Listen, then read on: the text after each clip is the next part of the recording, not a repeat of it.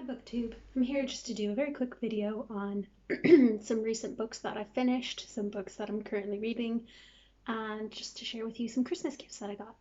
So, first and foremost, I'll start with the gifts. My husband and I didn't do anything extravagant this year, to be honest, nor do we ever. However, he very kindly bought me some very nice gifts, one of which is this lovely Kindle cover. The sizing isn't the best, but it's something that I can live with. But if you remember from one of my other videos, I mentioned that Dracula is my favorite novel, and it actually looks like an old book, so I'm very happy with this. So he did good there. And then another one that he picked up for me.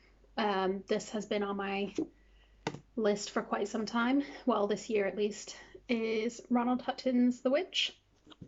So I'm quite happy to read this. I was going to pick this up for October, but didn't get around to it. So I'm very looking forward to starting this. So one book that I recently finished in December is this, The Restless Kings by Nick Barrett.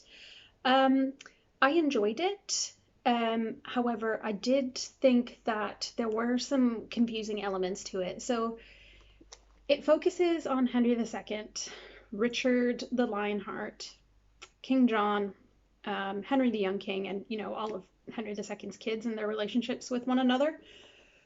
It's quite a fantastic and unusual story of family, if you could call it that, because all they did was fight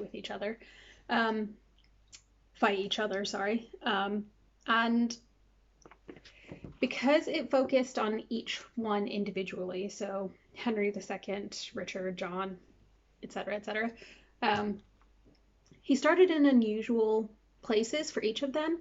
So if I wasn't familiar with each of their biographies, I probably would have been a bit confused because he sort of jumps around from, points in history that it didn't make much chronological sense. So he starts with each of their deaths. Each one of them died in quite unusual and fantastical circumstances. However, he starts with their deaths, and then with not real much notice, he then jumps to an earlier aspect of their life and then goes from there and then jumps around different key points. So he was trying to tell a tale, and I sort of appreciate it from that perspective, why he jumped around at different points in their lives. However, it was somewhat confusing even for me, even though I am familiar with them and their lives. So probably wouldn't rate this as highly as the other books. Maybe 3.5, 4 stars. I did enjoy it. There's a lot packed in here. Probably not as informative as some other works for the time period and for the Plantagenet Kings. However, still enjoyable nonetheless. I finished it quite quickly.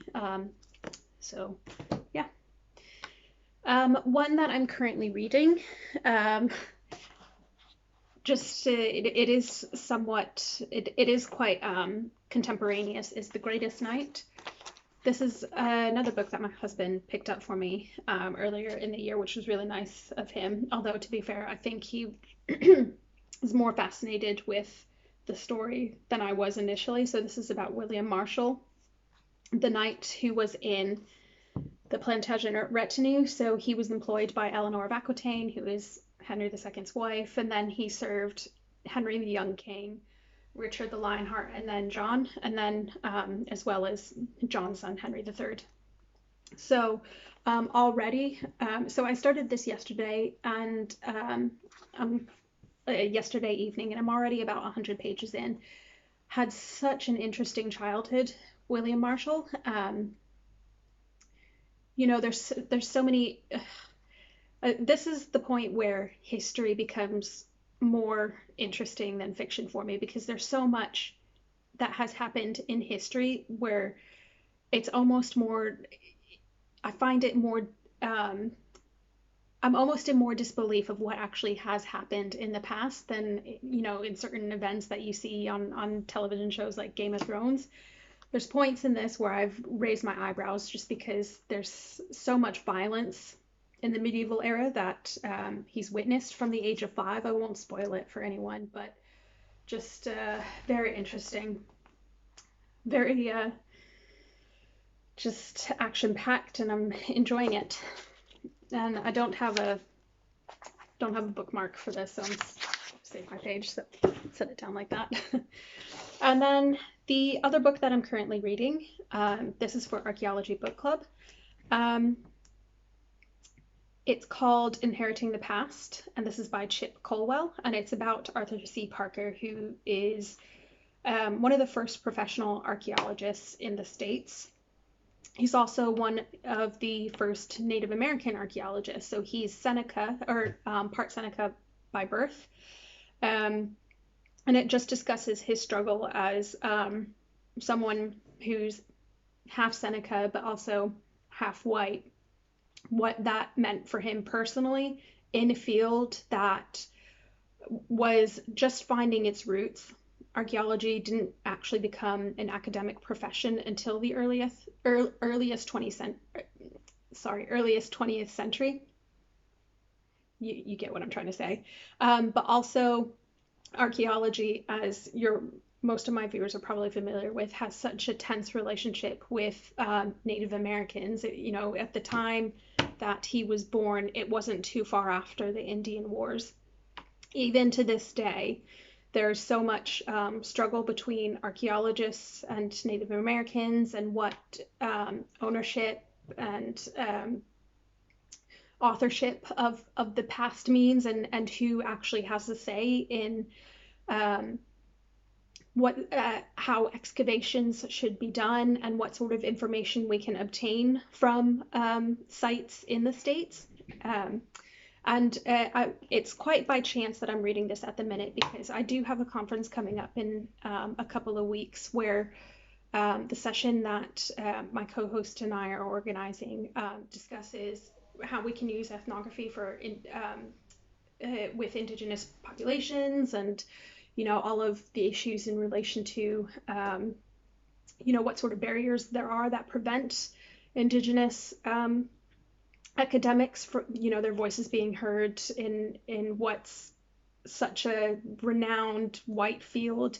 Anyways, I digress, but essentially what I'm trying to say is a lot of the research that I'm doing for this conference, Chip Colwell, he's an author of quite a few of the papers that I've been reading, so it's been quite informative.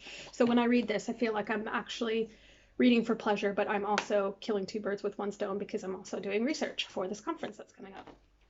So I've been enjoying that. But essentially that's just what I've been up to in December. It's not been a heavy reading month for me, although I am picking up pace a bit. I look forward to actually finishing all of the books that I've mentioned, and starting afresh in the new year with some great reads.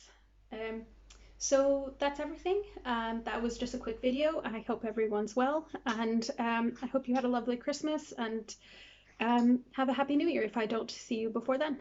Thank you.